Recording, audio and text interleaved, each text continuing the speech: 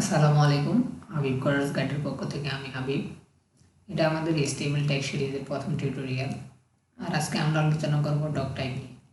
ডকটাইপ এটা কোনো HTML tag না, এটা হলো একটি ডিক্লারেশন কমান্ড।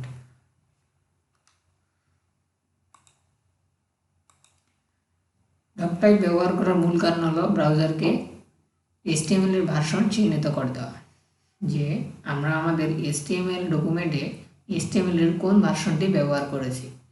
আর এই ডিক্লারেশন বুঝেই ব্রাউজার আমাদের সামনে আমাদের কাঙ্ক্ষিত ফাইলটি প্রদর্শন করে। HTML এর অনেক ভার্সন রয়েছে, যেমন XHTML, HTML4, HTML 4.01, HTML 4.02, এভাবে 4.08 পর্যন্ত রয়েছে। বর্তমানে HTML5 ভার্সন পর্যন্ত এসেছে।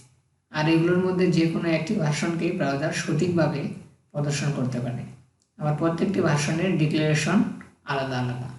যদি আমরা আমাদের কাঙ্ক্ষিত ফাইলে HTML5 ভার্সন ইউজ করতে চাই, তাহলে আমরা ডকটাইপ HTML শুধু এটা লিখব। আর যদি আমরা আমাদের HTML ফাইলে HTML 4.01 ভার্সনটি ইউজ করতে চাই, তাহলে আমাদের এই পুরো কোডটি আমাদের ডকটাইপের HTML এর শুরুতে বসাতে হবে। আবার যদি আমরা XHTML ভার্সনটি ইউজ করতে চাই, তাহলে আমাদের এই কোডটি ব্যবহার করতে হবে। এক কথায় আমরা কোন ভার্সনটি ইউজ করতেছি তার জন্যই এই কমান্ড।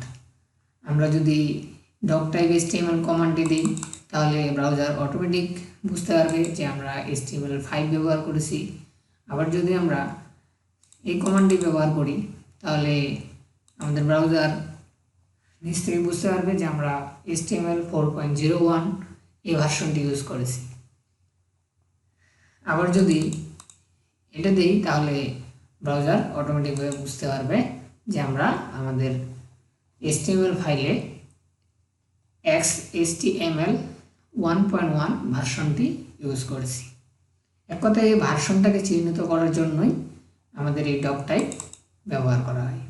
এর দ্বারা আমরা আমাদের ব্রাউজারকে আমাদের HTML ফাইলের ভার্সনটাকে বুঝিয়ে থাকি।